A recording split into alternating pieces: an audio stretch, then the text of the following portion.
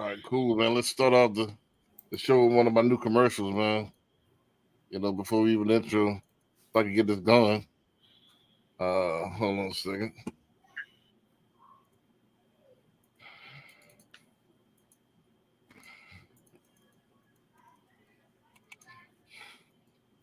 If I can get this thing to play.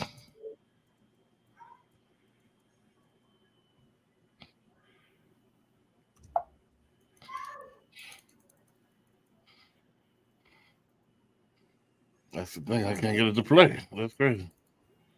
I just had it up. Hold on. Let me try one more thing. I'll move on.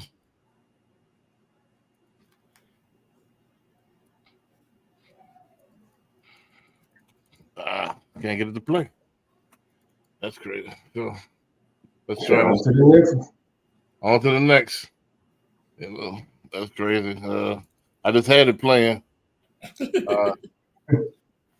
Let's start off with the intros then. Let me go ahead and stop sharing. But watch when I stop sharing. As soon as I stop sharing, it'll play. We struggle streaming right now. They call it struggle streaming. Struggle streaming. Yeah, we struggle streaming right now. But all right, so let's go ahead and start with the introductory. Who wants to kick it off? Jumbo. All right. Hey, what's up, everybody? It's Chris Jones, CJ, the realtor broker on the Greenwood Realty Group down here in Houston, Texas. And if you don't want a broker, I'll let the closing, smiling, dancing. No, go ahead. Hit me up on social media at CJ Sales Texas, CJSELLSTX. And then go on the website, greenwoodrealtytx.com. We got all the information for buyers, sellers, and agents. If you're looking for more information, go on the website, check it out, fill out the forms. We got you. Then, of course, we have the YouTube channel at CJ the Realtor, where we're doing not just our home tours, Lux Edition, but definitely check those out. But we also got some other good information on there with highlighting business owners and a lot more. So give me a subscribe, like, share, tell a friend, tell a friend. And then, of course, we definitely give back the Mindset Academy, where we teach our young men through mentorship, knowledge of self-improvement, and entrepreneurship. So we have all the information online if you're interested in that too. Gotcha. All right, Barry B, I got you. All right, this is Barry B at Homes by Barry B. If you're looking to buy, sell, or invest in real estate in Houston and surrounding areas, give me a call, 832-786-1270. You can email me at barryb@homesbyb.com.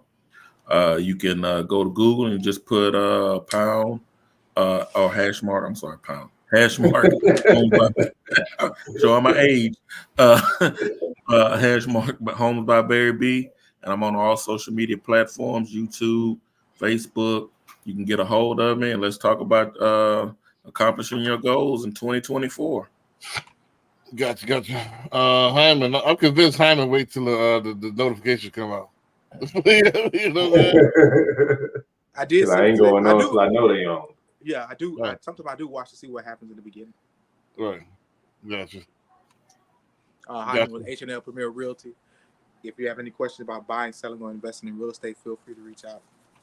You can see me at the website, hnlpremierrealty.com, or you can call me at 832-235-0985. Gotcha. And I think I got this clip finally queued up. So, all right, let's go into it. Brandon B. Dixon, NMLS 1541210 at BNL on all social media, especially the YouTube. I need y'all to like, subscribe. I need to refocus on the social media. So we need to, what I'm going to do is this second quarter, revamp it, coming out with some more home tours, Lux, this second quarter. Be on the lookout for Behind the Sauce. So I'm going to Dog Show this weekend. So we're gonna be broadcasting all of that stuff. So be on the lookout for that. Go to my website, www.applywithb.com, if you're ready to book me for a consultation or you're ready to apply for a mortgage. Also, you can contact me anytime, 832-775-8357, as long as it's about business. And you want to book me to sell your home, market your home, to represent you as a buyer. So you want to finance, whatever you want to invest, www.brandonbdixon.com. Also, we got this weekend coming up. Doors and Dogs. We got another webinar. So y'all ready to invest, man. Have y'all money together. Y'all want to make money. Take money to make money. Doors and Dogs. We got a virtual event coming up this Sunday. This Saturday. So you're gonna look out for that. And if you're ready to join the club, if you're ready to mitigate some of those investments already, have make your money work for you, go to www.cocinvestmentclub.com. I think I got right now. Let me see if I got this queued up to where I can share it now. Hold on a second. Let's see. I think I got it now. Bam. Let's see.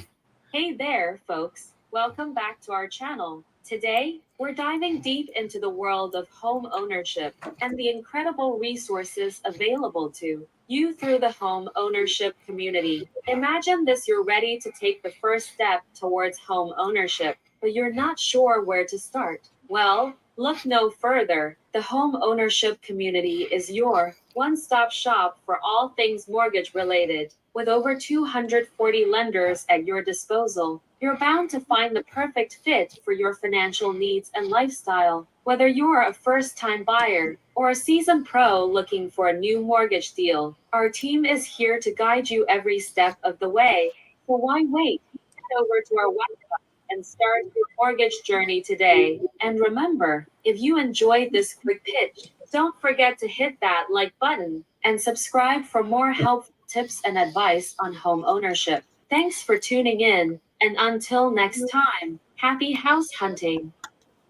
Yeah, so I think Like, this like Total Recall. hey, this is about to be the future, man, because that took me 3 minutes to do. The future is the present. Yeah, so Like, people think a lot of the stuff they see on social media is real people, so it's a lot of AI. But this already is out there. my first one. This is my second one. But the background is AI. I told her what to put. I told her what I put 2 sentences in A. Write me a script, a quick script about homeownership community. We got 240 banks, and we boom, and they wrote all that with the caption. I picked the AI model, right? And that was it. Boom. In like 3 minutes, I got a video, as opposed to hiring an actress. Here, read this.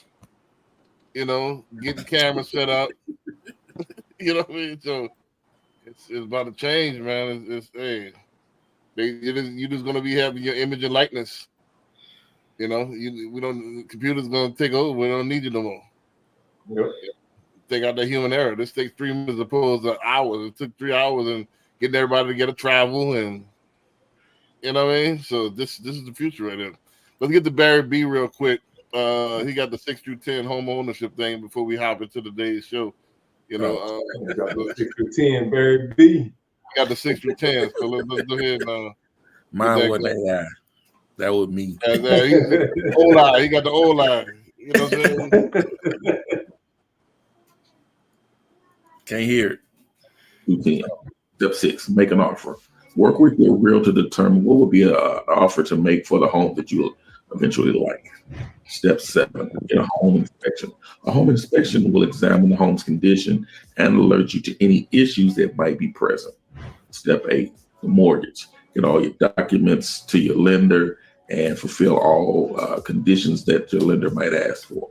Step 9, get homeowner's insurance. Homeowner's insurance is to protect your home from hazards. Step 10, closing day. That's when all documents are signed by the seller and the buyer, and you receive the deed and the keys to your new home. Follow me for more info. Good job, Barry B. Good job. Hey, Barry, hit him with that Barry White. I'll call it for more info. You forgot one important thing though, the appraisal. Yeah, well, yeah. So yeah. Then I was thinking the mortgage. I should have said that in the mortgage part. Added that into the mortgage part. What, Yeah, you I mean, need They to gotta break. call him to get all that info. yeah, for real. Once you say Yeah, mortgage, that kind of covers you anything. can't give it That all covers away. all that. Right. Oh yeah. You want to give them just a little bit where they got to come to you. I mean, so let's go ahead and join to the show. I mean, I gotta address this first, man. Let me go ahead and cue it up before with everybody talking about it. So we might as well get the get it out the way. I must not be in the know what everybody been talking about. Huh? Including that Diddy video. That what?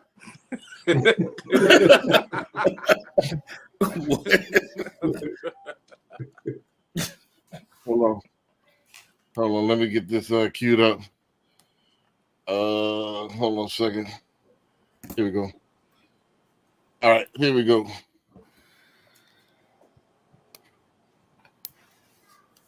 All right, so let's go ahead and get it started with the show. And this is kind of random because I ain't put none of y'all in, so this is y'all first time seeing stuff, man. So, well, let's go ahead and get it kicked off, man. So, bam. And asking me to weigh on this Diddy stuff. Just applaud seeing a black man go down in flames. You know, whether you believe he did it or didn't do it, like when was it cool to just cheer for someone's downfall? When Epstein and Weinstein got locked up, they didn't have all this press and news and SWAT teams and things of that nature. But when a rich black man, goes through something, it's breaking news, and everybody is jumping for joy in the streets like he touched them. A lot of times being a black man means guilty until proven innocent. Y'all already said he's guilty. I'm not here to say if he did this or did that. That's not my job. But what I'm saying is, can we please stop applauding black brothers going down? We ain't gonna have nobody else to look up to, y'all. Every vision of excellence that from our childhood has been tainted. Every vision of black men being strong, powerful, influential, rich, successful has been tainted in some way. Y'all don't think that's a coincidence? Y'all don't think that's a part of an agenda? So before you jump for joy and rejoice in the streets and let off fireworks to Diddy, man, what if he didn't do it? I'm just guilty until proven innocent. The life of a black man. Seems like I push again. I thought you was playing when you said he was gonna play something on Diddy. I thought you was playing. Now everybody talking about it, man. We don't want to just stick our head in the sand, man. We gotta address that, especially. Well, first of all, where's everybody applauding and all this like he was saying in there? I haven't seen that. You know why social media? I see them talking about it, but I don't hear no applauding for it. Well, like Barry, what's going on is people are just believing a lot before facts come out. Is that what he's talking about? Okay. They're believing the accusations before, everything's out in the open, and they do an actual, hey, this is what we found. These are the facts. They, like he was saying, already guilty before proven. Oh yeah, now I believe that part, but yeah, it was just that's kind of what's going on with Diddy right now. Okay. Right. So yeah, they dragging him. Especially, man, and 50 Cent is big troll, man. Oh yeah, he just he don't let up. Right. I'll let y'all go around. Hyman, you want to chime in on that while I pull up the next clip? If I go in. As far as the wife kind of told me a little bit about it yesterday. When a lot more of the allegations came down, and then they raided both his houses at the same time. It's rough it's hard if he actually did the sexual assault stuff. You know what I'm saying? Nobody wants to see nobody take nothing from no woman or man, whatever the case may be. But as far as him, the Diddy parties, I could care less. If you want to go left, right, left, right, back, left again, that's your choice. I really don't care. If you decide to go right, left with Chris Brown, Usher, and all those, whoever he went right, left with, I don't really care about that. You know what I'm saying? I'm concerned that I'm hoping that he didn't do that with underage kids. Supposedly Usher was one or something like that back in the day. But outside of that, I could really care less about it. You know what I mean? As far as the young man talking about how we're applauding our black people as they go down. We shouldn't be looking up to celebrities anyway, because celebrities are just like us. You know what I'm saying? Their issues are just in the forefront more so than ours. You know what I'm saying? If the government or I guess the media was to pry deep enough into each one of us, it'd be some shit that'd come out and be like, damn, didn't know that you was like that. You know? And so that's all I care about. Right. You might end up on that Freaknik video. Yeah, I mean, look at this. I went to Freaknik 98. I went to Freaknik 98, but 98. But it was I heard it wasn't. I heard the video wasn't that bad. The documentary wasn't that bad. Yeah, it mostly talked about the culture and everything. By the time I went, it was boring. They locked everything up and everything was boring. Yeah, it was boring. It's the early 90s. You had to be there the early 90s. The early 90s. I went late 90s. You know, that's when they was off the chain. Yeah, when I was 21 when I went 98. You know what I mean? So, but no, I mean, I think he does have a point. I mean, we are for the most part entertainers, cooks, celebrities, stuff like that, and then these are like the stars or the upperclassmen or the achievers in our sector. And it seems like there is a pattern that when you reach a certain amount of success, that here comes the takedown. We've seen it over and over. Bill Cosby, R. Kelly, Michael Jackson, so on and so forth. Even Jordan at one point, before he retired, and then he came back, and you know what I mean. So it's a pattern going on.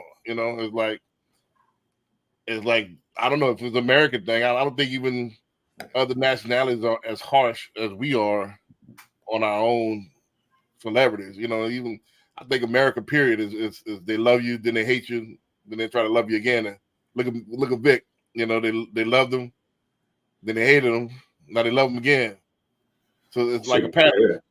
They didn't like Tory Lanez up.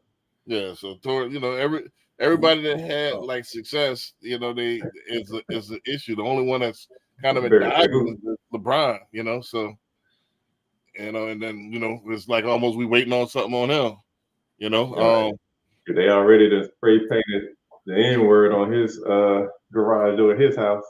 Who did? On whose house? LeBron. Yeah. How they get to the garage? How they get to the garage? Yeah, it could have been a neighbor.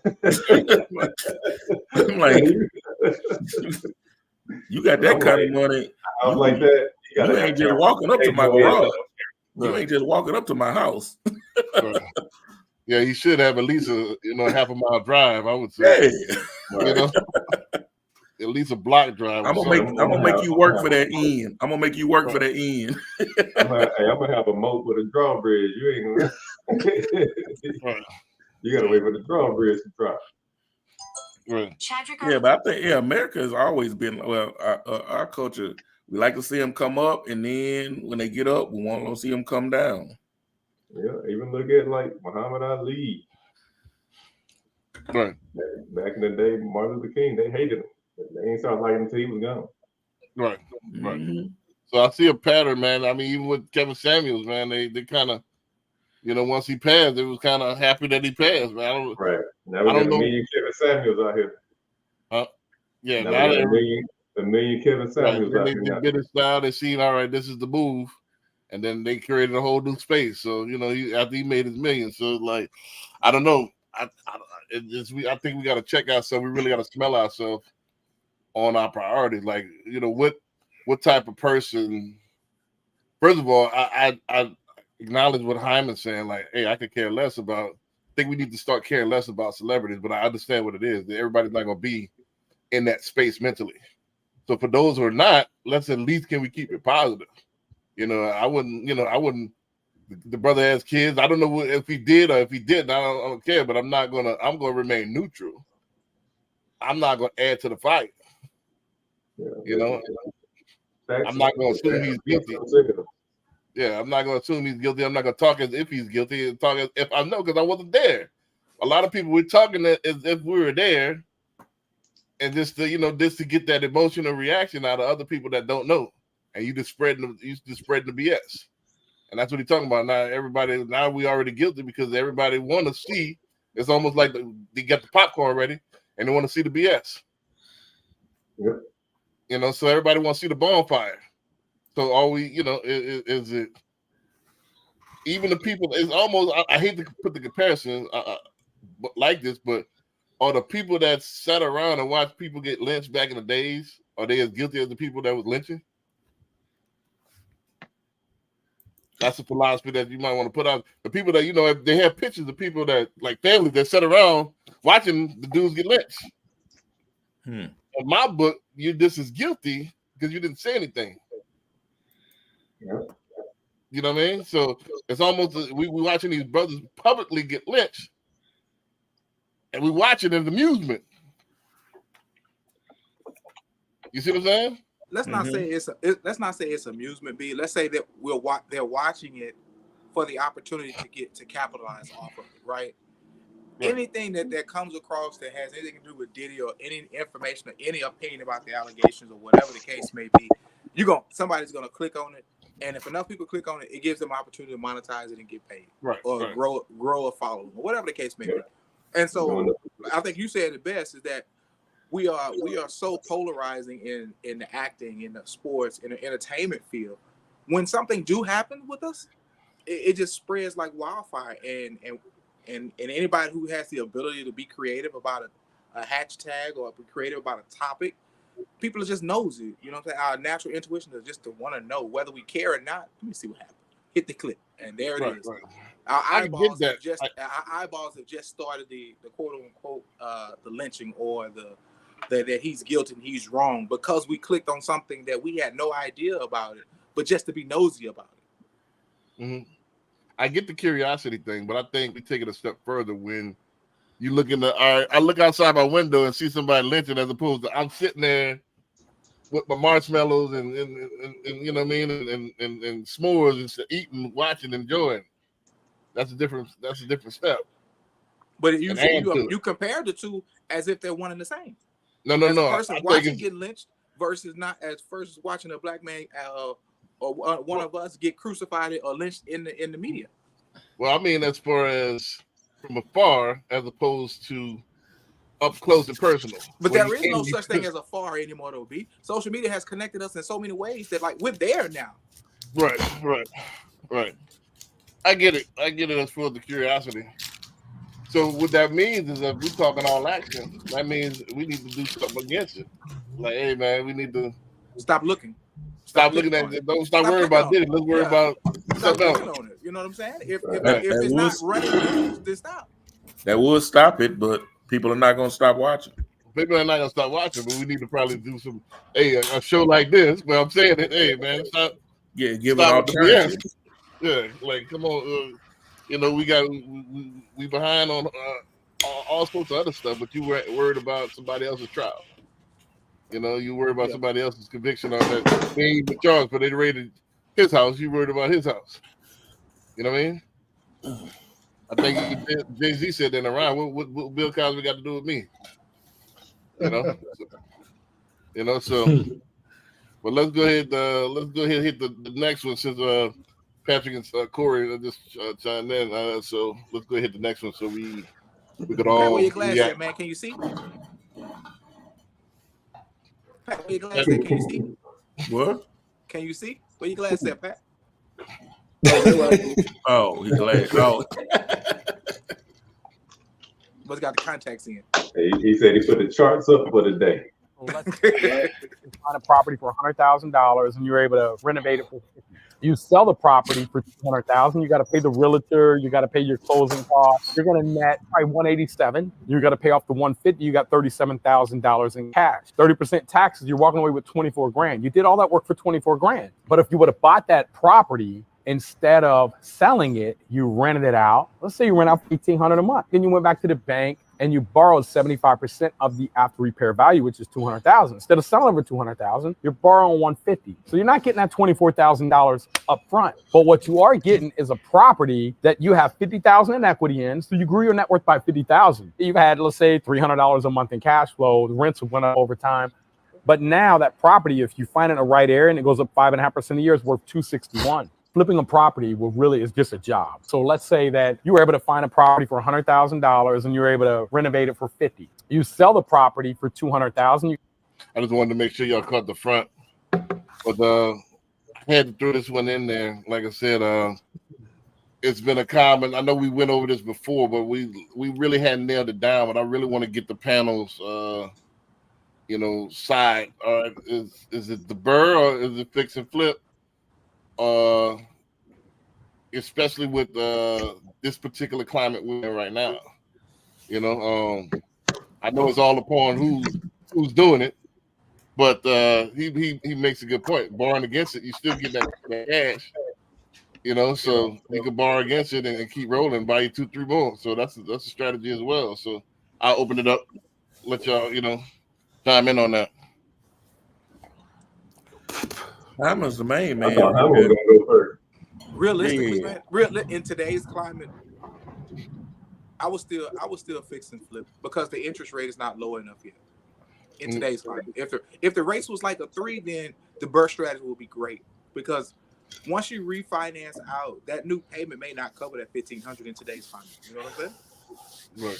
It may not. And here in Texas, for one likely, you barely would make $150 in cash flow with that same scenario. $100,000, $50,000, it'll be worth $220 or $250.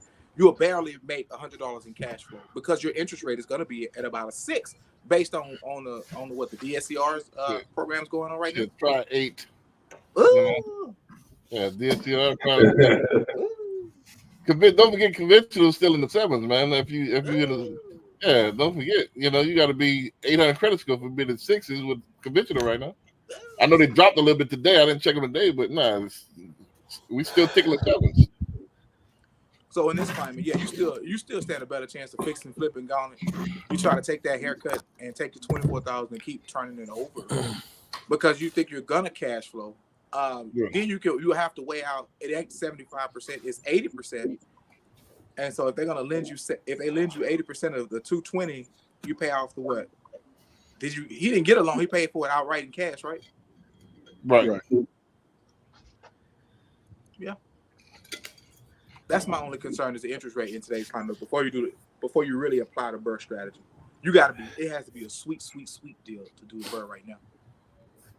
Yeah, and you got to think about if they're just starting, how much money they got on hand to cover carrying costs. Like you're doing all this work. If you did get a loan to do the work, hard money or something, and you start paying for these draws, and then you got to prepare it, get it ready for a tenant.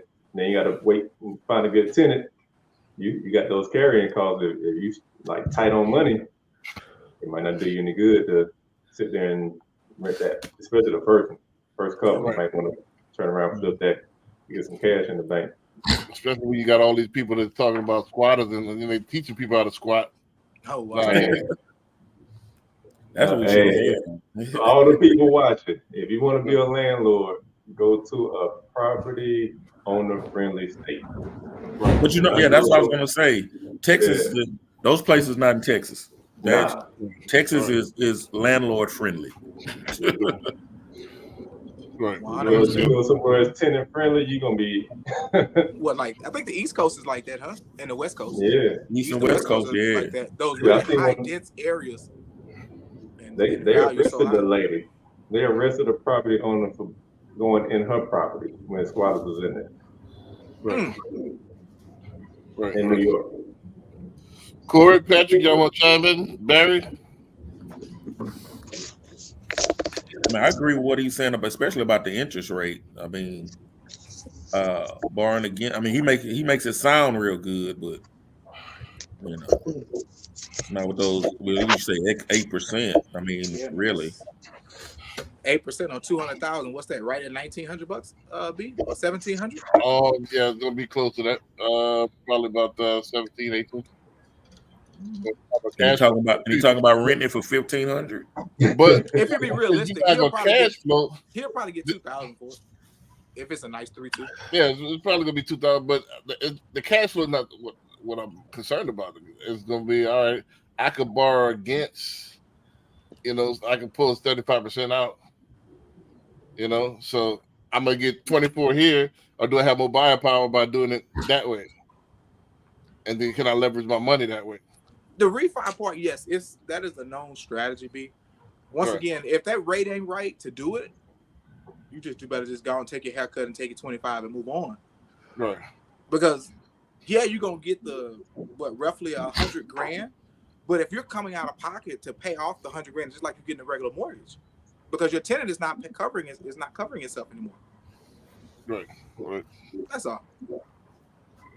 Patrick, go, y'all. And you don't necessarily have to pay taxes on those gains. Right. That's the thing. You don't have to pay taxes on borrowed money either. True. So you're saving that 13,000. True. 1031 exchange it, then you ain't got to pay taxes. I'm talking about after this is the first property. So I'm just saying, you can get 1031 exchange and jump that straight into something else, real quick. But that's a tough one, though, that'd be to say which one is best to flip and burn in this climate. Because if your money is right, yeah, you can hold it because you got plenty of money to keep moving. But if it's your first and you're trying to get out there, you just turn them over. Number one, to get the experience of turning one over. Because if you buy one, hold one, fix it and hold it, you never know what it's like, what the process is gonna look like to sell it. As far as making a decision on what type of offer to take, as far as what type of deal you want to put together when it comes down to your end buyer. You just don't know that part. And a savvy investor has been through all those different experiences. That's what makes them good. They know what it's like to flip a house in this climate. They know what it's like to keep a house in these type of climates. And you can't beat that experience with no amount of money. Especially now, because selling now is nothing like selling during COVID. So nothing. Yeah, you got the wrong expectations. You setting yourself up for failure too. Well, I'm gonna let Corey and Patrick chime in, and I got another doozy for you along those lines. And this is an actual client study. I don't know if he watched. He might be watching, but I might have to use his a partner of mine as well. So he's the client / partner. So I know he's cool with letting me use his analogy on air. So but, I don't know about that. I don't know about that, but for me, you know what I'm saying, equity is always going to be king. So you know what I'm saying, when it comes to holding the property and making a long-term play, that's going to always be the best strategy. I don't care what market you're in. Right now, there's a lot of investors that's out there that's scared because of the actual interest rates. And like Warren Buffett said, you know what I'm saying, when others are scared, that's when you're actually able to be greedy. When others are greedy, then that's when you're able to be scared. That's when you should be scared. And I think right now there's a lot of investors right now that's running scared. I think now is the time that you get in. You take the lesser cash flow, and then when actual rates get better, the end of this year, next year, whatever the case may be, then you're able to refinance and get that big cash flow that you're looking for. But there's a reason why there's a lot of celebrities and a lot of business owners that are choosing to take equity now over a check. Instead of you just write me this $1 million check, you know what I'm saying, let me get some shares of the company. Put that in shares, you know what I'm saying, give me that equity. It's because, you know what I'm saying, it's the greatest long-term play. If you're continuously out there flipping properties, you're never able to retire. But if you continue to accumulate rentals and then that starts bringing you in $10,000 a month passively, you can retire. So to me, you know what I'm saying, one strategy is a no-brainer over the next. If you truly want to take it to the next level, if you choose to flip, make your money, put that into a rental. Do another flip, take that money, put it into another rental. Do another flip and do the same thing. Rinse and repeat that. Gotcha. I mean, that again, that's the really the nail down argument, Patrick. I know this is not your thing, but from an actual financial advisor standpoint, what do you think is the best strategy? Yeah, I'm with that one. You muffled a little bit. So I'm with Corey on that one with the equity and the growth, and then also it's tax friendly for you to play out that burr if you're able to, withstand the months that it takes for you to get that all set up. Gotcha. Because you're talking about just to add to that, you know what I'm saying? You're talking about a major difference between short-term capital gains and long-term capital gains if you choose to hold that for at least a year or sell. Right. It's a pretty big difference. Right. Like I said, it's good either way. If I had to choose, like I said, I definitely would choose the Burr. The only, unless it's circumstantial as well. If I needed to do a fix and flip, the do capital and put capital into something else, I would do that, a business or something like that. So I need to flip this and I need to put it to something else outside of real estate. That's a possibility as well. Yeah, I mean, this is a time like to be very intentional, not just on price point, but location and all of that. Like you can't afford to make the wrong mistake, especially with this market at this climate. I got one for y'all. I want everybody to chime in on this.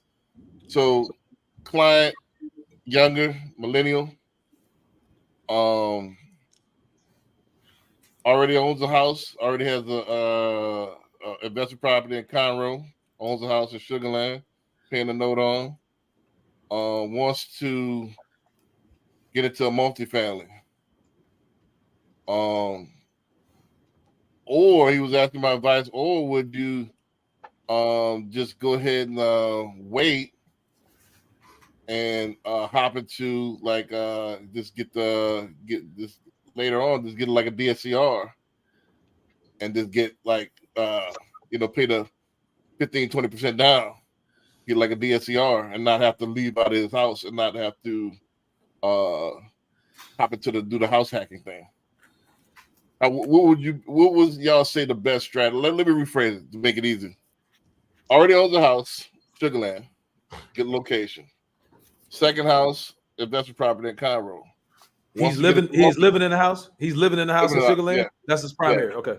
Primary. All right. Owns a house in Conroe. Investment property already.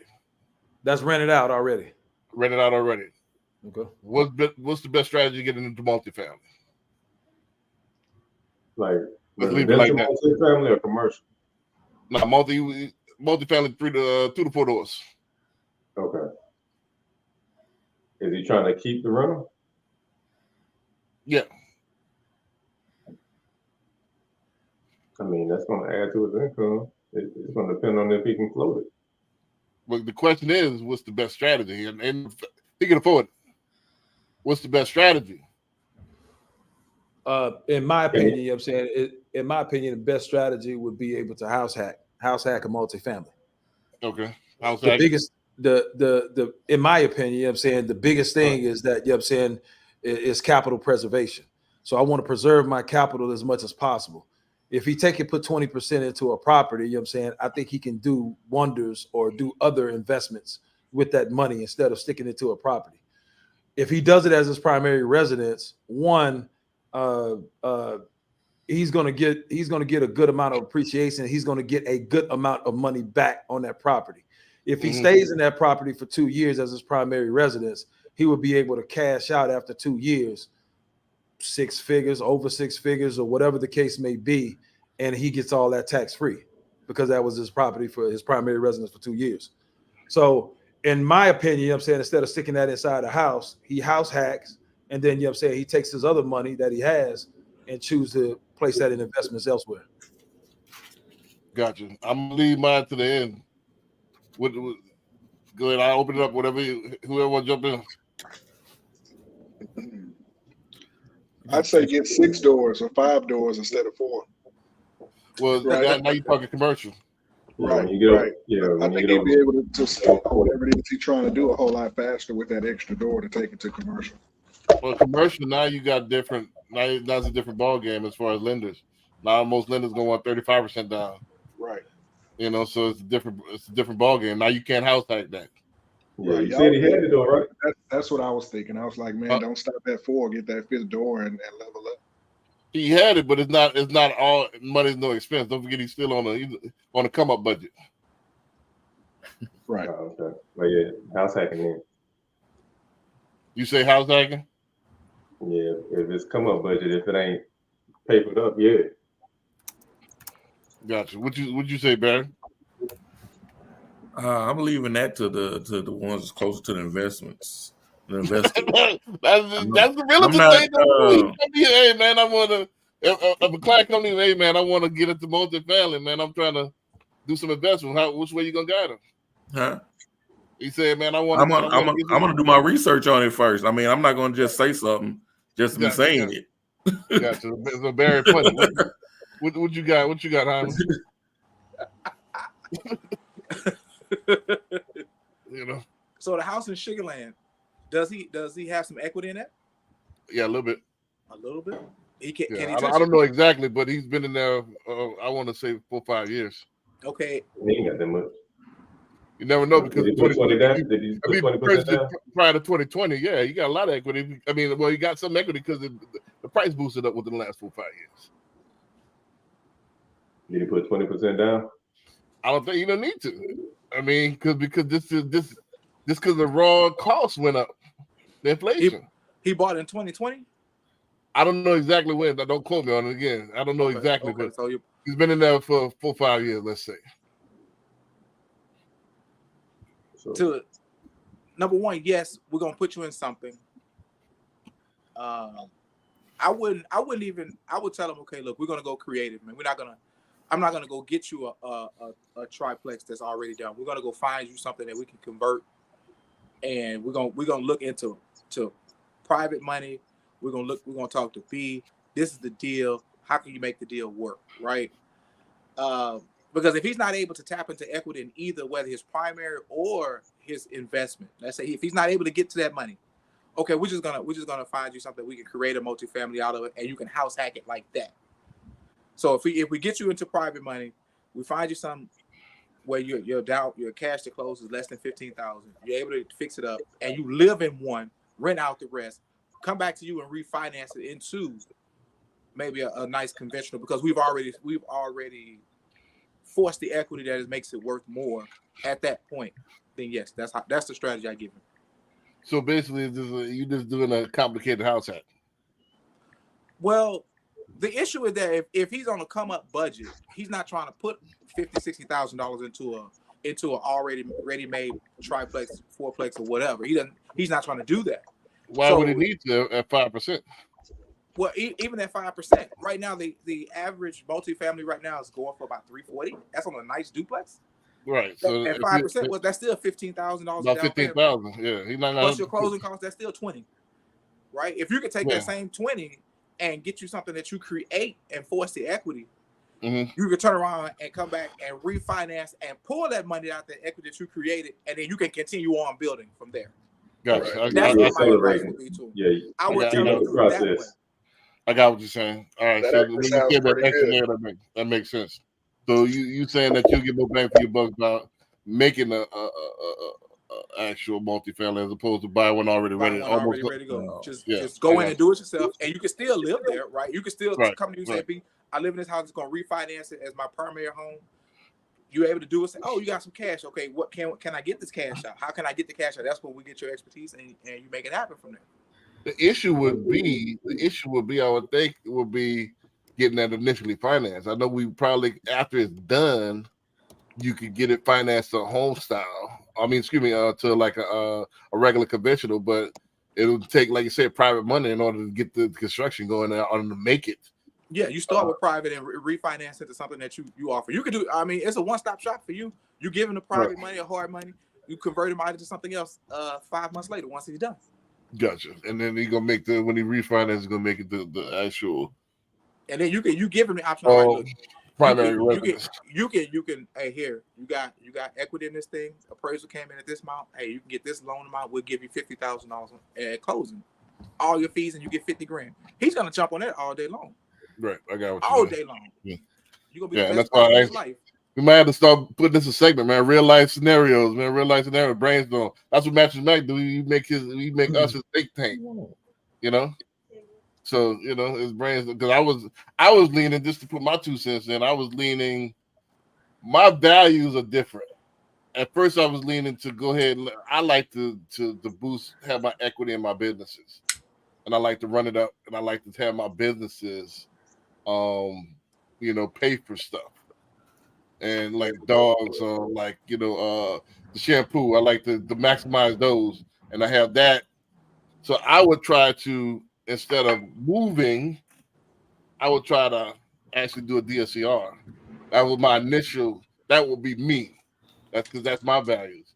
But for him, I think I'm leaning more towards the house hack because he has no problem with moving. He's a little bit younger.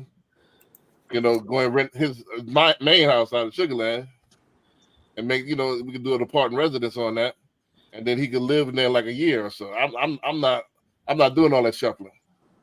Yeah, that's why you need to get in while you're younger.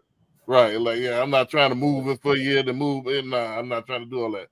Yeah, So when you get old like us, you don't want to. Yeah. And you know, So here's the thing: you don't even have to do the house hack with the scenario I put on the table, dog. You just fix it, put your renters in, and say let's refi. It's cash flowing. Let's go, and it automatically gets the money. You He's never accelerated the equity in that, and that's it.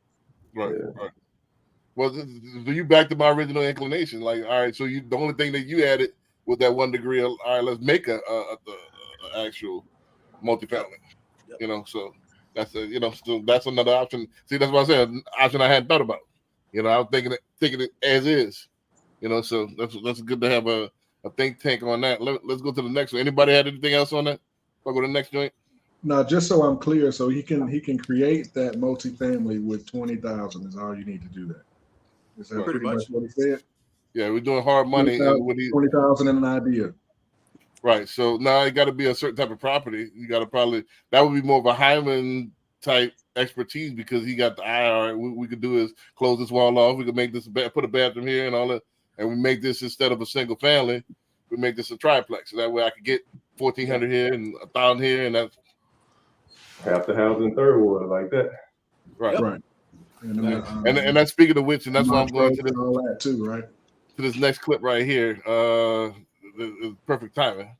You know what I mean? Good segue. I'm glad we mentioned that. Let's go ahead I and don't talk. see any comments. Anybody watching? Throw some questions on here.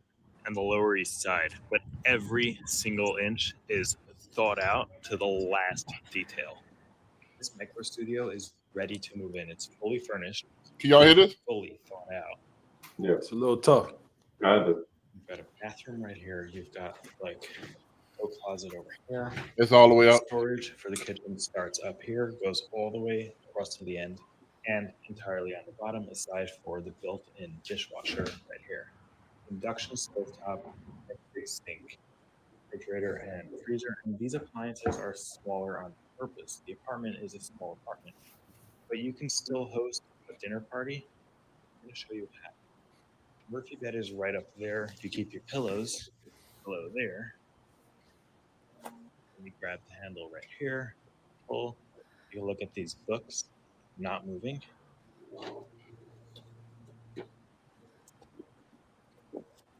And you're good to go. You've got a nightlight over there, another one over there. You've got storage right here, there, and right in here. There's a built-in dining nook with more storage below, and your shower. Here's your mirror. Go over behind, loading vanity, another mirror, toilet. This bathroom has a clean look. And again, you can just bring your suitcase and move in. Now, the building has about 30 of these, and these are built for one person, so about 30 people. Now, if you want to host and have some people over, want to have a dinner party, there's a private lounge just for you.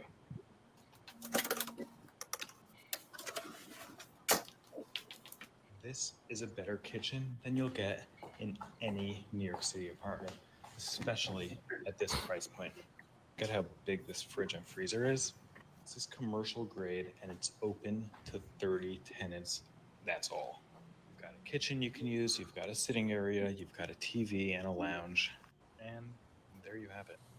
They built tiny studios on the Lower East Side, but every single inch is thought out to the last detail.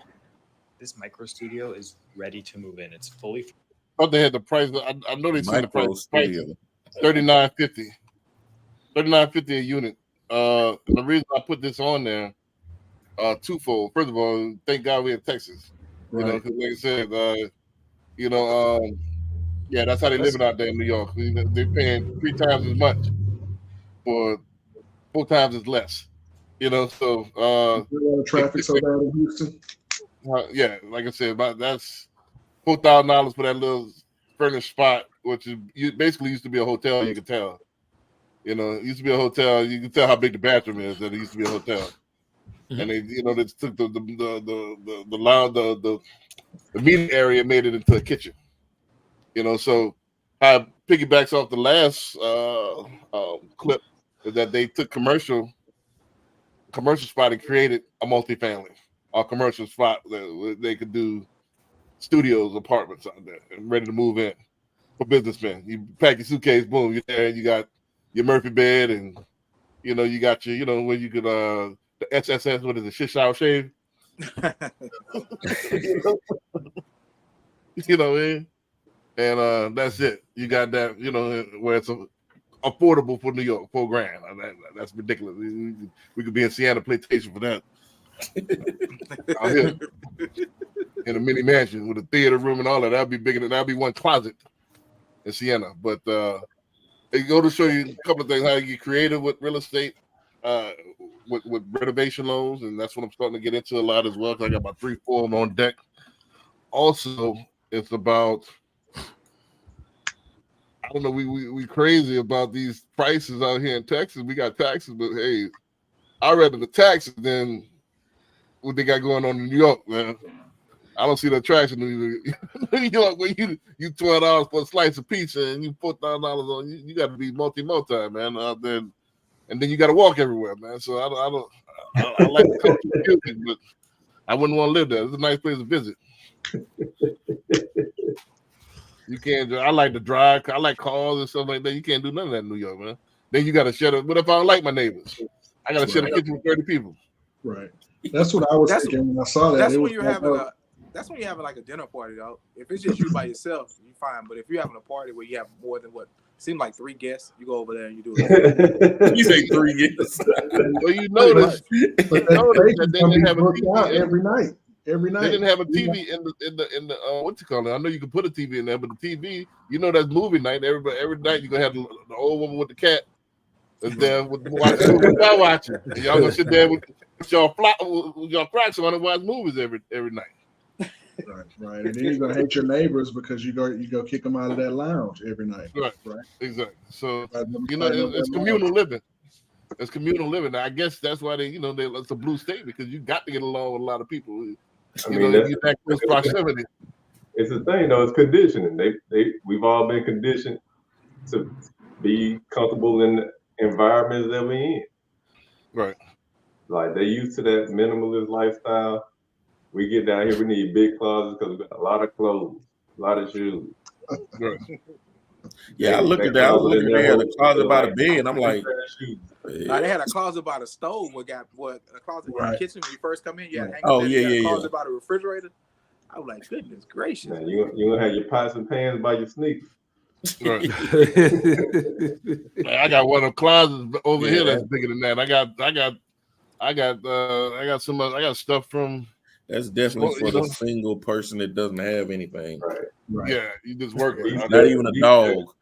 He still got his Freaknik outfit from '98.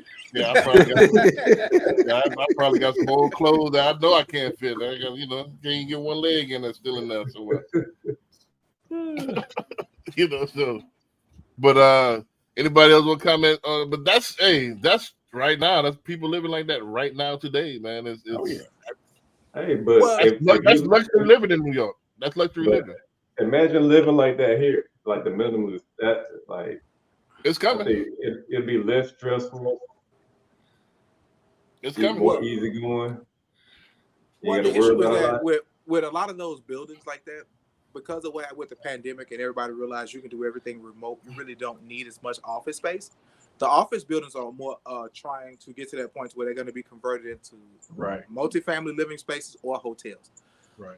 The issue is that you got to find the right one to do it in. Like that one was a perfect one because the mechanicals was all in the right spots to create the restrooms and to create the refrigerators and all the electrical situation. But that is a really big trend that's coming up out of the what's that? Tennessee? What? Tennessee Midwest? Is Tennessee Midwest, CJ? Coming sorry. down. Yeah, Midwest. Yeah, well, Some of Mid it- South. They call it the Mid- Mid South. in the mid, right? So a lot of those industrial buildings and older buildings are beginning to get converted like that. We have one here. Well, actually, no, we have two. What's that when you're going down 59? If you're coming from the north side going to the south side, remember El Mercado? Y'all not probably not familiar with Second World War. Sharpstown? Nah, El Mercado is a Mexican area where they used to come together and do that quinceañeras and take pictures and stuff like that. Right. They tore down that whole. They didn't tear down the whole warehouse. They created into a big old apartment complex. Okay. Right there off of Canal Street on the left hand side. They also Navigation and Canal over there. There you go, Navigation and Canal. Good. Okay, yeah. Then you have, I think it's not Sawyer Heights. Sawyer Heights was the same way. It was an old building that they converted into multifamily. It's not unknown for them to do it as long as the structure, the mechanicals of the building is possible. Yes, you can repurpose any building though, and it's not unrealistic. It costs a lot more money, but you can see it just turns out to be beautiful. Sawyer Heights, El Jarabo, whatever the name of the building is. And then you have the one across the way from Minute Maid. That was the same. There used to be an old abandoned warehouse that they created. Oh yeah. Yeah, I used to live down there. Even in downtown Houston, though, they have those mixed use towers, right? Right. Certain levels are business offices, certain levels are residential, and then certain are just short term. Some of those real big, large towers downtown are that way. Right. Yep. Well, y'all jumping ahead. That's my next clip. I don't want you to get too much in that.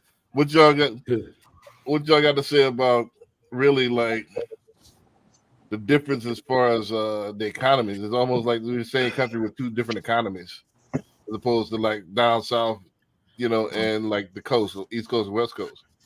At the end of the day, they're still trying to solve that one big problem, which is affordable housing. And the only way to make housing affordable, you have to make it smaller. Right. Period. Yeah.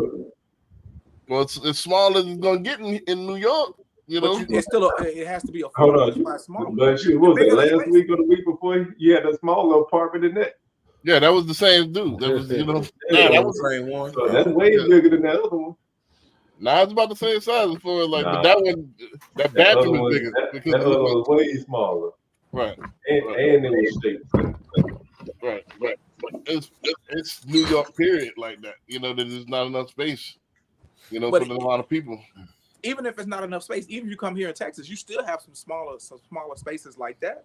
And the only reason why it's smaller is cheaper in comparison to New York. Right. So here you get 400 square feet. Up there it's 400 square feet, 4,000. Here 400 square feet puts you at 700. That's still affordable for here in Texas. That could be that's damn affordable for them up there in New York. As a rental, they got yeah. Well, I think those those crate, what is it, the container joint containers, and there's other Amazon making, Home Depot making. I think that's gonna be a thing, like buying a piece of land and just sticking those on there. Yeah, Tesla has one as well. Tesla got a house coming. Container homes are solid. The only issue with container homes is you still have to insulate them, right? You still got to go through the same process of building, and so that building cost is still going to be. You're not eliminating. The only thing you eliminate is framing at that point, because you still have to anchor it to the ground. You still got to do the groundwork for it, for plumbing and utilities and all that stuff. So you're only reducing the cost of framing and the cost of importing wood. And with containers as well, I read that they don't last that long, right? So you're not going to get 40 years out of container house. You'll probably get 25, 30 years. That's a whole nother mobile home situation again. Remember mobile homes hit like gangbusters back in the day? Hey, get you a triple wide. Well, they got. That's what I wanted to play the other day. They got the first HUD, duplex, mobile home that's available now. First HUD certified duplex mobile home. That's now on the market. You have to just secure it to the land for it to be considered eligible. Yeah, you got to secure the land, but the design is approved. Yeah, just take the wheels off and then it's a house. Yeah, it's duplex. But I think that's the future. I think we played last week where you got the big Airbnb. I think everybody that that how it's laid out now, I think cities are going to be different. I think you're going to have the big Airbnb subdivisions where you got 12, 10 bathrooms and 10 bedrooms where you can have the conferences and stuff, and all the homeboys come on in for the weekend and all that stuff. You're going to have those.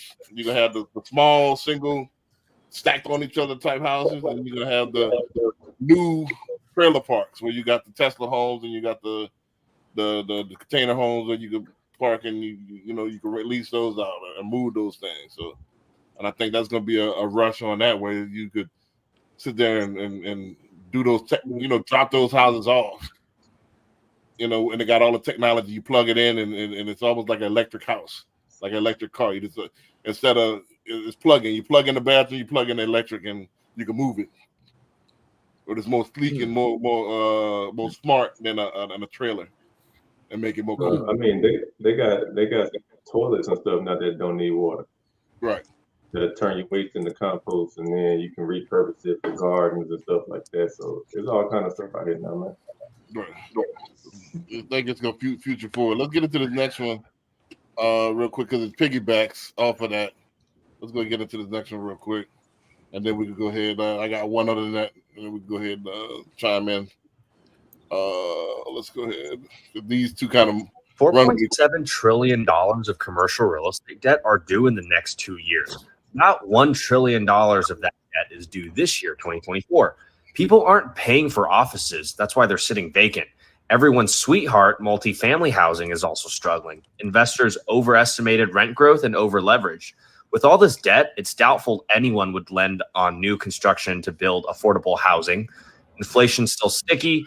Markets are looking doomed. Comment your thoughts. $4.7 trillion of commercial real estate debt are due in the next. All right, so what say y'all on that? You shitting me, because I mean, as many apartment complexes as I've seen, get built right now. That can't be the case. Right. Sound doom and gloom right there. Yeah, he was extreme in what he was talking about. So and then he said they're not building. They're not building. Well, he said it's gonna be hard to actually to get money for affordable housing. Did he say affordable or just housing? I'll run it back. Let's run it back. Yeah, go on. And at the same time, he didn't say Houston. Yeah, he just said period. So he could be talking about where he is. About $1 trillion of that debt is due this year, 2024. People aren't paying for offices. That's why they're sitting vacant. Everyone's sweetheart, multifamily housing, is also struggling. Investors overestimated rent growth and over-leveraged. With all this debt, it's doubtful anyone would lend on new construction to build affordable housing. Inflation's still sticky. Markets are looking doomed. Comment your thoughts. $4.7 trillion of commercial real estate. He did say affordable. Yeah, I don't know if they're gonna finance affordable housing. They putting up luxury class A joints. Those are popping up all over the place, A and B. But as far as affordable housing, they may not. Because if you think about it, we talked about how the middle class is basically turning into the lower class. So affordability is still an issue. Right.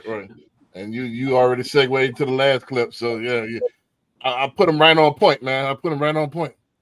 But I can see where offices can become a problem, especially ever since COVID, because it changed the way workplaces go now. A lot of people are working from home, so you don't need as much office space to house your peoples, and you don't need office space at all. For some companies to house your people, because everybody is Zoom calls and stuff like that from now. So I can see where office space, but when it comes to affordable living and multifamily, I don't see it at all, especially not in Houston. Well, what he's saying is they over leveraged themselves. Now the money got tight for everything else.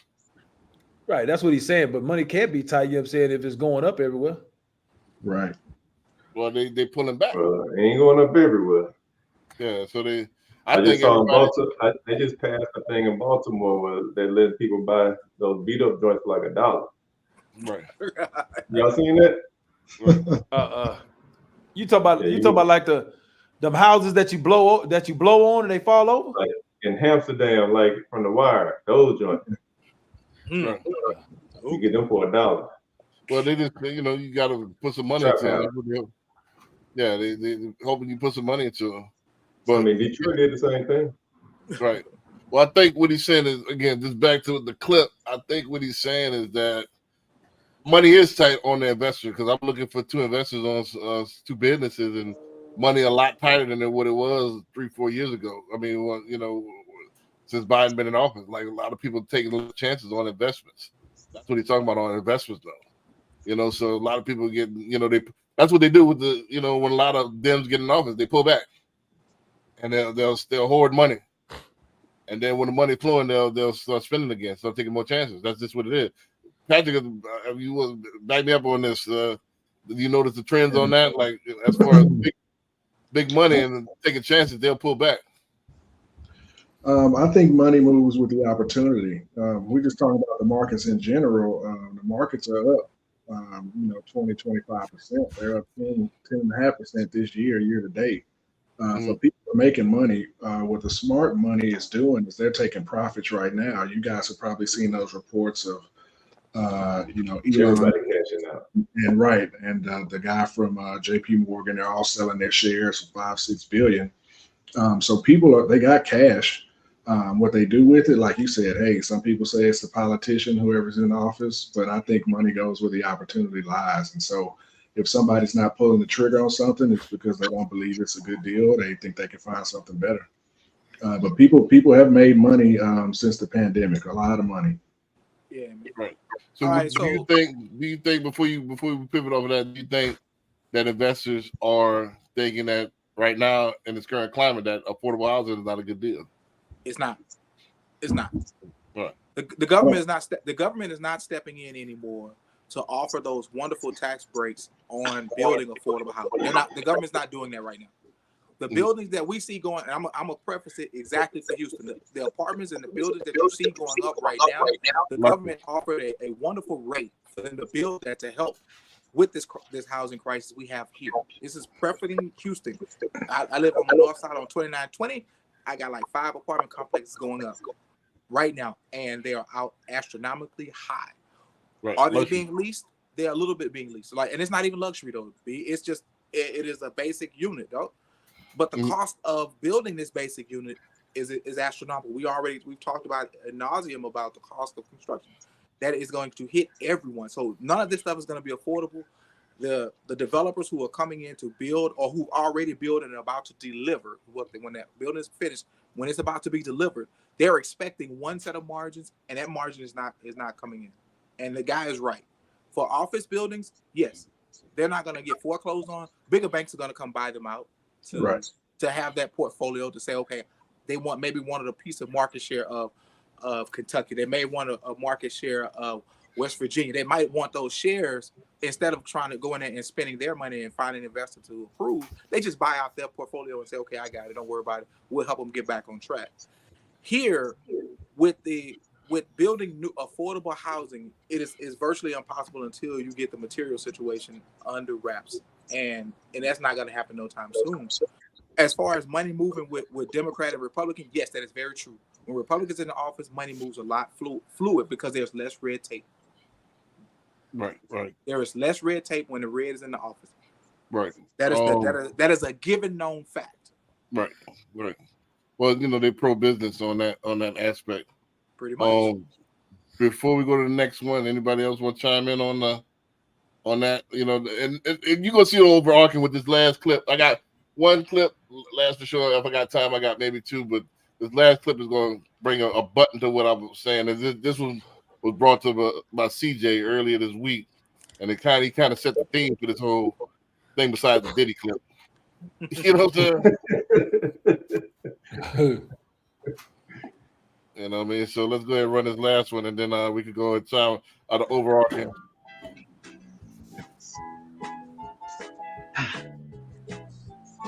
$325, $350, $450. But how are we gonna afford the mortgage? We'll worry about that later. $1.2 million. Cash. Guess who?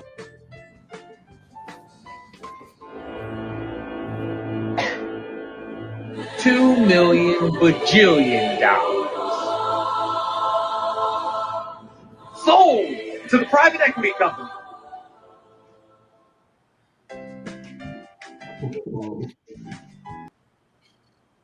So I'll let y'all go ahead and chime in on that. We'll say y'all on that little skit there. You know, It's hard to compete with the big boys, man. Right. Right. You want to sum that clip up? Since that was your suggestion, CJ? Very much so. Private equity firms are making massive moves right now.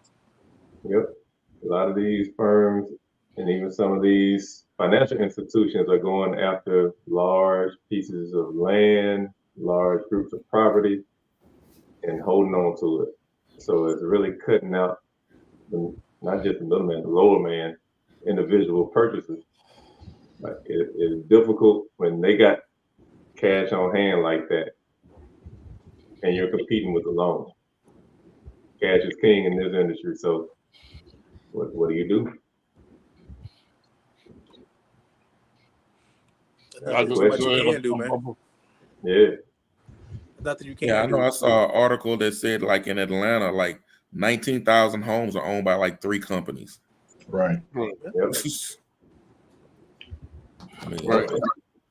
Right. There are businesses that are actually, that's their business model, is to go out and buy residential. And they'll have, like you said, 20, 30,000 units across so many states. I mean, we've been seeing it already for years with Camilo. They've been doing it for a minute. But they build their own community and yeah. They don't buy the homes up. They build their own community. They build a whole community. Right. And they've been doing it for years. Well, that's one of the things that's driving the prices up. Also, like I said, I definitely agree with Hyman. Like how, I think it's a bitch. I think, those it's gonna have a gold rush as far as like the trailer park homes. They have to revamp it, make it cool, and that's gonna be the new affordable housing. It's gonna be mobile homes. It's gonna be. What's considered affordable? What number is that, you guys? What is? Well, that's what a teacher can afford it by herself. A single teacher can afford it by herself.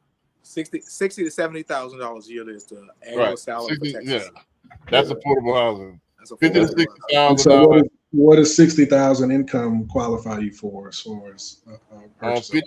50,000 income. That means your debt to income ratio. Let's just use a quick math. That means you're making about, let's say, $6,000 a month. Roughly 60,000. You divide that in half. That's 50. That's 50 DTI. That's $3,000 that you have to fit all your bills, and including the new note. So the average price, my formula that I use is in Houston area is about $850 per 100,000. So you're looking at $200,000 home at $1,700. So 250 is approximately like 2,100 ish. So off top, 2,100 is going to your note. So that means the rest of your bills can't be more than like $900 or so. $1,000. That includes like your student loan payments, your credit card, your car note, and all that stuff. Nope. Yeah. So affordable home is 200,000 or less. But 200, 250 right now, but 200,000 is that sweet spot. So if we could get, like I said, there's not a lot of 65. Yeah. But they used to have a plethora of houses at 185, 165. Back in what, 2010? Nah, back in 2020. 2019, 2018. You can find something. Maybe 2018, not 2020. Well, 2020 was the tail end. The tail end of it. Then all of a sudden moved, because I did a lot of loans like for under 200,000 in 2020. Yeah, in Houston. Yeah. Now you can't not at Atlanta. That's gone. Yeah, by Atlanta you can't find on 200,000. You 300. But Houston, yeah, you can find something 180, 185. I did one 210 that closed last week. 185 and 210 are very far numbers from each other. They're in the ballpark. No. Yeah, they're in the ballpark. Now, what's that $20,000 difference? Hey, yeah, one of them has 30. 30. One of them has a roof. The other one might have got skylights. I'm talking about as far as quality of living is in the ballpark. Yeah, Oh my yeah. goodness. You don't really start. Yeah, you know, you don't really start upgrading as far as quality of living till you get in the 250s, 300s. Now you might have you might get robbed now. This place. And here's the thing, though. Even in So you don't need 300s, the burglar bars anymore. Yeah, you don't need the burglar ball on. You know, the 250 is the number, magic number. Scare the burglars away. nah, let me see what 300s. You'll get a fully upgraded house. Barely. I do mean barely. I mean with level 1 quartz, level 1 granite, the big tile that the builders put in. That's about it. None of that fly stuff we see. About 250, you'll get an updated kitchen.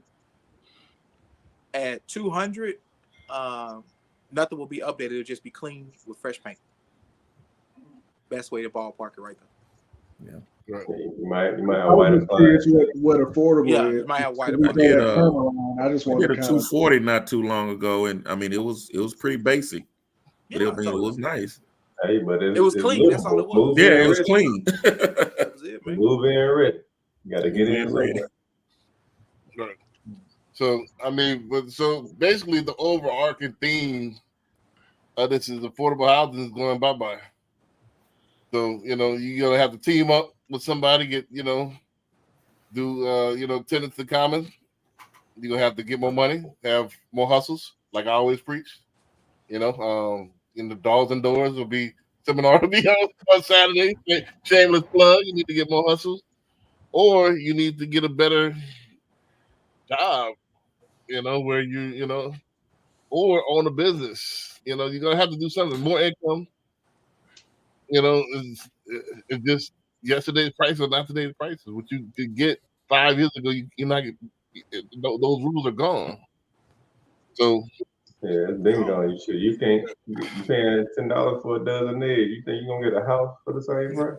right. Well, you could back in the days, like you know, that's the point that people hadn't wrapped their head around. You could make, you know, $30,000 a year, you know, a few years back and still be able to afford a house. I'm not talking about the 2000s. I'm talking about the 90s, possibly. You know, but now $50,000, you're not gonna be able to cut it. You need to make 70. You know, you need to make 80. You know, and that's only a small percentage of the population. A lot of people, if you unskilled or you entry level, you just ain't got it. Not by yourself. You know. Right. So, you know, you need to get together, house hack. Now's the time. Get together with the homegirl, get together with the homeboy, house hack. You know, get that fourplex. Y'all rent out y'all two, and then and rent out the other two. Man, just like that video with those 3 ladies that bought like 50 years ago. Right. But I forgot for how much, but now they're selling for a couple meals or something like that. Right. Like they went in together on it. Right. Well, that's the thing, is like you're never gonna be able to compete with BlackRock. You're not gonna be able to do it, you know. So, and got here with BlackRock, JP Morgan jumping in there, it's a wrap. Yeah. So the game plan is you got to decide which side you want to be on. You want to be a permanent renter where you own nothing. Some people are all right with that. Some people are all right with that. Some people, or do you want to hop in the game and you want to, you know, have your kids have an inheritance? You know, you can do that. But I can't put my values on everybody else. That's what I got to refrain from doing. That's what I'm getting more growth in. Like what I value, somebody else might not value. I'm still starting to learn this. Some people might not like to own anything. You know, no Uber everything and rent everything. People like that. Hey, that's just like entrepreneurship ain't for everybody. Yeah, some people don't like how I see Hyman don't like those side hustles, man. You talk against side hustles. Hyman don't like side hustles. You want to clock in, clock out, and then chill. Oh man, killing your boy, dog. You know, killing your boy, dog. Nah, I mean, I'm the side hustle king. You know what I mean? So I'm going hey, I got an hour. What can I do in that hour? I drive. I ride share if I need to. You know what I mean? Sure, I'll make that money. B, you know you ain't doing no damn ride share. Stop it. I mean, Stop it. You ain't I doing did no ride Uber Eats. Stop it. Man, I did ride share in 2000. You gotta ask CJ, man. I did ride share. I got a whip distance ride share. I did about 2-3 months. I was just proving the point. I was because to my little cousin, I had a mentee. My cousin, I took him under my wing. Long story short, my uncle died of Lou Gehrig's disease, right? So my aunt died of sickle cell. So I took my cousin underneath my wing. You know, he was at the time he was like 26, 27, so he ain't had no more family besides my mom and myself. So all right, I'm gonna get you out here in Houston. I'm gonna show you what to do. Try to get him a job. Got him lined up at gallery, blew that interview. Got him lined up exclusively, blew that interview. All right, well, all right, let's until you get something, do Lyft, do Uber. You know, he was doing that, making $3. Like, bro, I guarantee I can work my job. I can get out there after I leave and do my calls, and I get out there and make more money than you. So I brought a little whip that rode, went out there, and I was making about $1,000 a week. I was making but from like Thursday, Friday, Saturday, and Sunday. I do it from like 5 to midnight. Dude, I was making about $100, $150, $200 a day. Easy money. All you doing is riding. That was the easiest money I ever made. That was easy money, man. I don't see it, man. I think it's broke as a mind frame. You got to want to be broke. Like I don't get it. You can go get Uber Black with that Range Rover now, though. I got rid of the Range. I got rid of the Range this weekend. Uber Black with the Range, though. Nah, that Range is depreciated. I was sneezing on it, it was depreciated. I was looking at it. As I was looking at it, the value was going down on it.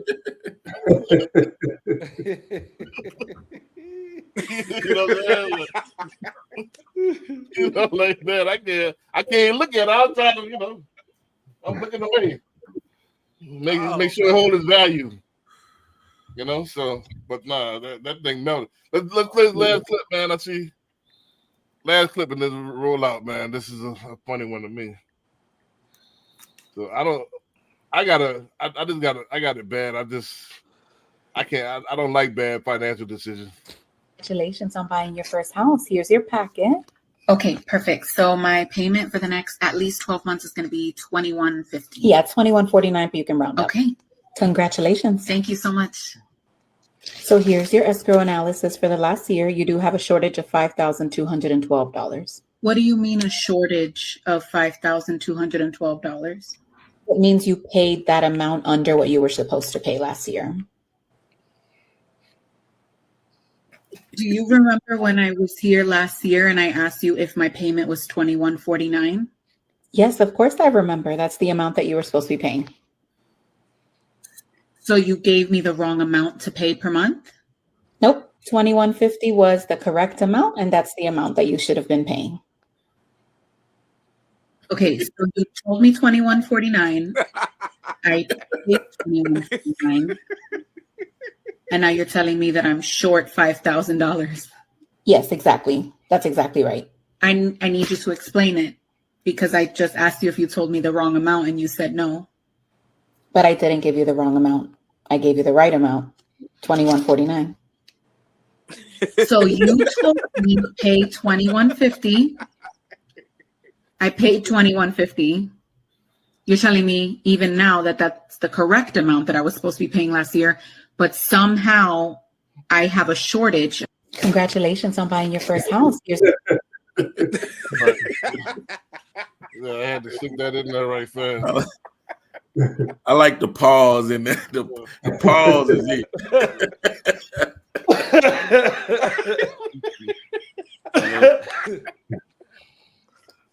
Right, so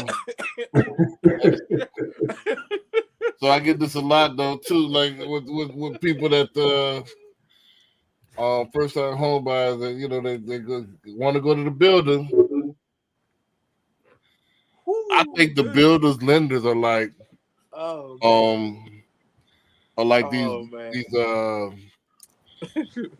these bottom feeder buying agents. You get what you pay for. They only making 50, 25 bips, so they don't give a damn. So they're gonna get you in that house, and you think your payment's gonna be one thing, and then the next year it's gonna be something else. And then explain to you that it was on unimproved. The taxes that year was on just on the dirt. The dirt. Okay, right. That's what I was thinking. I was like, it had to be with the property taxes, right? Yeah, it's on the so they dirt. tell you that. So, and then they're gonna, it's gonna be your fault. But you get what you pay for. You didn't get a mortgage professional that go give you, hey, look, you're gonna get side swipe, put the money to the side, or you might want to pay over. Let you know that. In fact, I don't even do that anymore. I used to do that just to make it, make it seem like I was a good guy, but nah, I'm gonna do it off of the what is it called, the mapping tax price. I think UWM only not even gonna allow you to do that. Even if you got to pay over that first year, you're gonna pay over. That way you ain't in that deficit. Oh, man, that was a good one, man. Yeah, that was a good one, big. Yeah, that was a good. That was a good one. That was a good one. Laugh. Right. But yeah, we're gonna leave it on that note, man. Y'all be. Oh, but y'all want to chime in on that before? I was the only one that gave anything in on that. But even not just that though, you in the market like Houston, when it gets hot and everybody's buying, running prices up, you better believe you better expect a price increase on taxes next year. Right. Oh, yes. And the way things are going with this property, homeowners insurance, you better watch that too.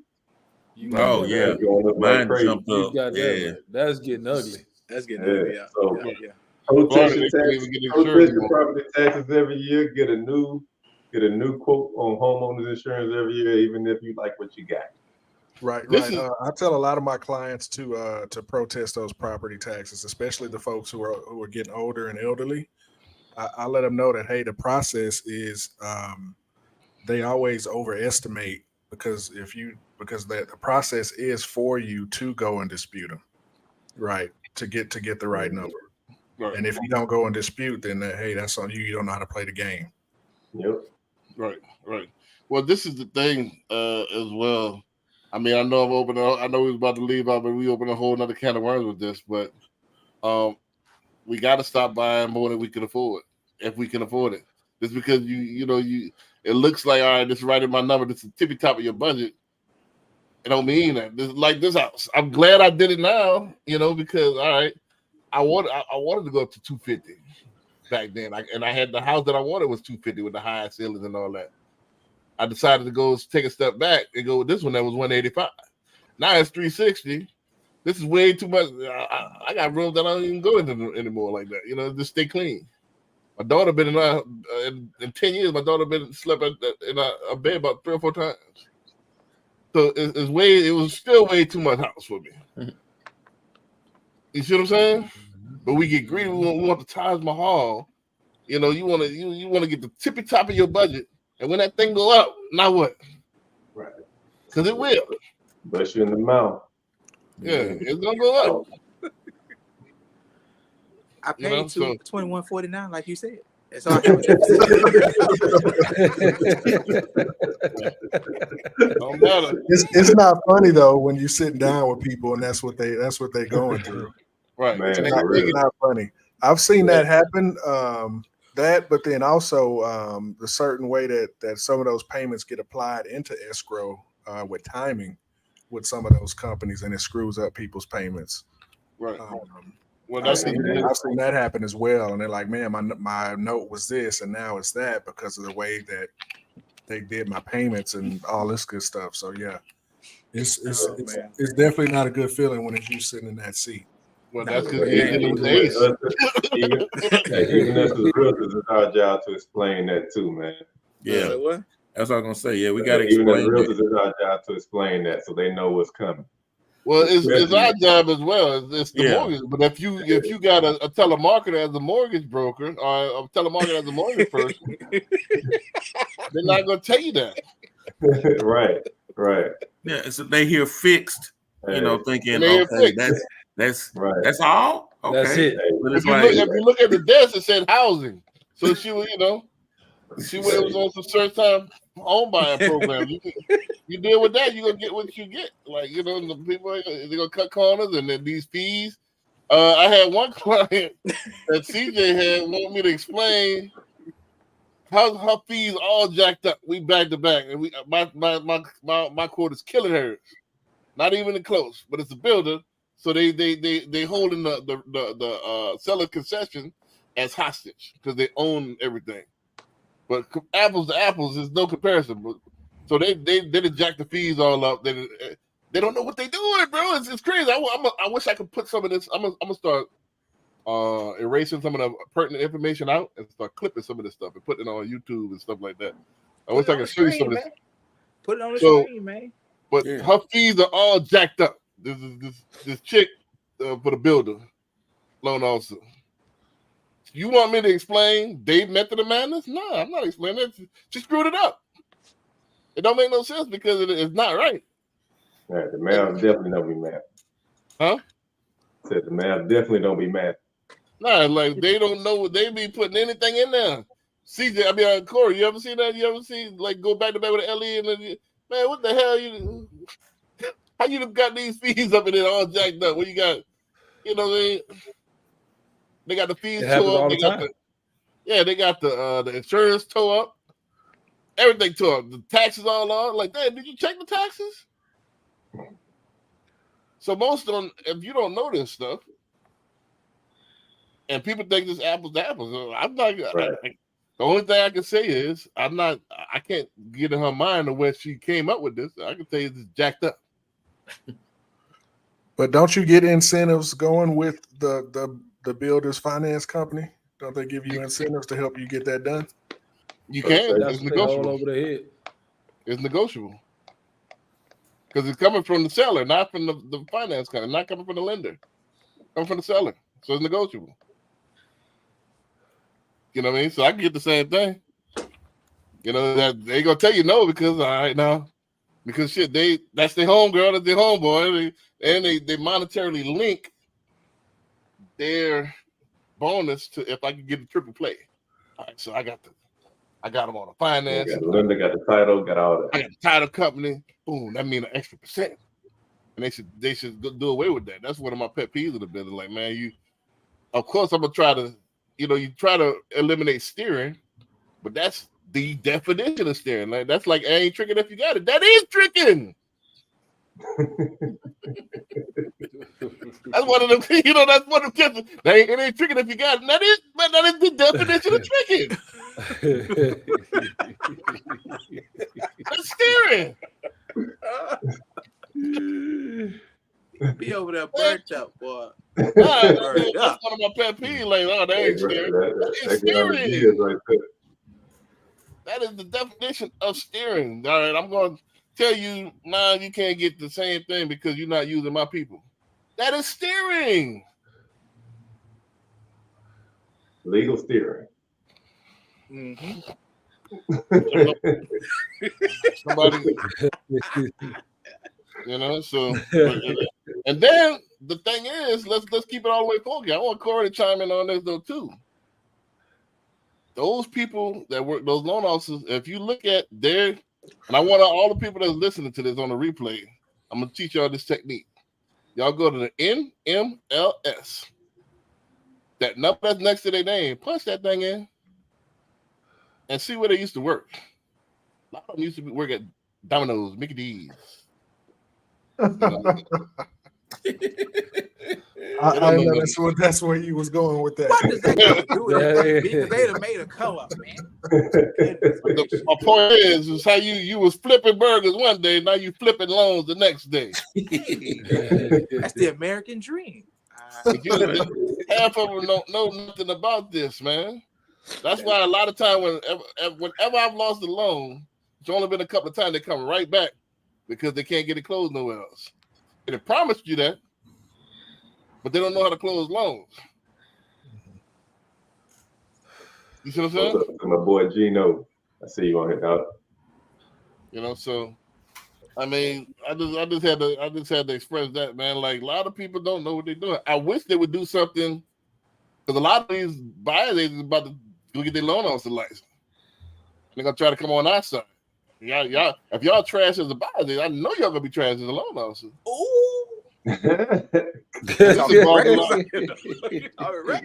You talking reckless to your future colleagues? Man, he Man, coming out here with the gloves off. Yeah, the way, With the man. gloves off. Man, I know you, but that's a lot easier. I mean, I'm sorry. When you talk about money and fees and stuff like that, and you got to get these precise numbers and stuff like that, and a lot of people, Matt wasn't y'all strong point. You're the wrong. Dog, all you do is type. Hey, dog, all you do is type it in the underwriting. They doing your taxes too. Nah, that ain't no typing. You better know what the hell you doing. Didn't pay attention to math class. Didn't pay attention to math class. You can't comprehend. You can't read and then understand what you're reading. You might want to do something else. Right. I thought that's it's what all word. It's all word problems. You know how to do word problems. Huh? I thought one had the AEs when you have an issue with comprehension of something. I thought you had an Yeah, A's in reading comprehension. I mean, Reading and the comprehension. underwriter. A lot of underwriters have reading comprehension. I think it's a sign of the time. No, it's the deterioration, it's the degradation of our society. You know, we don't. Yeah, it's just like that's not what that says. That's another thing. If you don't know, I've seen this a lot. I've seen this within this year, 2024. I'll give you not only in the first quarter, B. Damn. I've seen this in 2024 twice. Person that worked for me, you get pushback from the underwriter. You nut up. Oh Lord. Calm down. Breathe. Let's go one by one. What's the first one? Nope. Read this. They're wrong. What's the second one? Nope. They're wrong. You know what I'm saying? You got to, and what I'm saying that to say this, most loan officers, if you don't know, you're going to nut up. Because you have nothing to fight with. Boxing is a sport, bro. It's real. You got to be trained. You don't know how to jab and shit, you're going to get your ass whipped. So you got to go in there and battle. Hold up, B. So you go in there like this here, you gonna get your ass whooped. So you got to go in there and fight with the person that's supposed to be trying to help you close the deal. But now you got not all of them built like that. They ain't trying to help you. Not all of them built like that.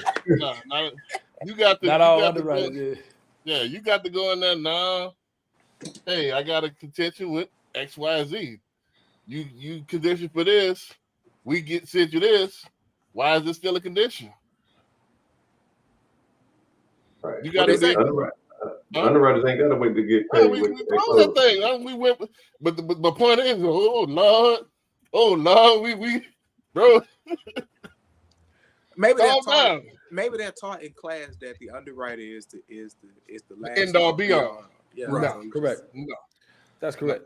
But here's the thing that a lot of loan officers don't understand is that underwriters are humans just like we are. Exactly. You know what I'm saying? So sometimes they are rookies. You know what I'm saying? Sometimes they just need to be taught in order to go up and be like, okay, well, I messed up. You know what I'm saying? But a lot of loan officers take their word as Bible, and it's not. Exactly. Right. And then also, unless you had experience, you wouldn't know that. They think it's like a supervisor. Nah, that ain't you and my supervisor. We work together. Right. And then people's interpretation of certain rules and guidelines is different. Exactly. Right. Exactly. And so there's been many cases where you can show someone, okay, hey, I see that you understand it this way, but this is how we can actually apply that too. Right. And if you show them that different perspective, it works. Right. And a lot of people just run it up the ladder like they say. They just run it Patrick over there finessing his underwriter. Facts. Well, this is the thing. Let's keep it all the way 100. Most people are introverts. If you in the train station, you at the bus stop, and or you at the waiting for a plane, and you got your head in your cell phone. Most likely, you're not gonna have the mouthpiece to talk with these underwriters to get them to see your way, to persuade. That's an art. Here's the thing, though. Underwriters don't talk on the phone, dog. I heard y'all got an email all the goddamn time. Corey, where's this? We brokers. We talk to underwriters all the time. Yeah. So see, you know what I'm saying? I think that's the way. That's the old way they used to do things. Where you know what I'm saying, It was impossible to get the underwriters on the phone. But this new age, you know what I'm saying, is that they're pushing for underwriters to actually have that conversation. Because sometimes, you know what I'm saying, it gets lost in translations on emails. Right. Get your ass on the actual phone, talk to them, figure this thing out, and then go from there. Right. Right. So a lot of them are a lot easier to get in contact with. And with some companies, you know what I'm saying, they require for them to call and talk to you before they suspend a file, or before, if they have an issue with a file, hey, look, call them and talk this thing out to make sure you ain't making a mistake or you ain't seeing something that's not there. Man, I had one of them in so long where they was about to suspend a file. I had one of them in about 3 years, 4 years. But I got what they over condition on what we call feel good conditions. You condition this because it makes you feel good, but that's not what it says in the guidelines. When they do that, but you got to have the verbiage to tell them that. Am I correct, Corey? That's correct. But when they do that, but isn't their job is on the line if something was to go wrong? No, but your job is to get this. Your job is to without got us. insurance for that. Yeah, without us, you starve to death. So our job is to get this to the finish line. We need to work together to come to conclusions on how we can get to this finish line, because we can both get paid off of us bringing customers in. Appraisals get, underwriters get paid on commission like y'all. They get paid salary. Some of them salary. Yeah, they can't get paid based upon the file because, you know what I'm saying, it gets compliance. You know what I'm saying? Right, but if we don't bring any files, if you don't have any files, you have no business. Correct. You know, so it all feeds each other. Now you might not get paid per file, but if we stop, that leech might not take down that ox, but you get enough leeches on that ox that ox going down. You know, so that's what you always say. This is my first one with I usually deal with this one, but hey, if this is gonna be a problem, I'll take my loans elsewhere. Do you pick the underwriters? No, we pick the lenders though. And that's one of the advantages of being a broker. I get to pick the lender. If I have a problem with the underwriting for this particular lender, I'm not going there no more. Right. Okay, right. so certain lenders deal with certain underwriters. Right. Correct. Right. Okay. And Right, certain so- underwriters are favorable to certain characteristics or not. Right. Correct. And they know that. Right. Based upon opinion, their personal Right. opinion. Right. So it's all a skill, man. It's experience. You get what you pay for, and for the most part, with this is that you get what you because you're not really paying, but you kind of get what you speak out and expect. Like if you expect garbage, you're gonna get garbage. A lot of people don't expect good service on this side with mortgages. They're used to the abuse, and that's what you're gonna get, like that last skit where you get blindsided with the fees, and you paying a whole bunch more for the mortgage, and and you're not gonna be able to get in touch with that person as soon as that ink dries, they're gone. You ain't gonna be able to. All right, get in touch with that person to get some tickets for somewhere. Let's see that. They gone. So with that being said, man, anything y'all want to add before we get up out of here? Nah. So with that being said, man, we'll see y'all next week, man. All right.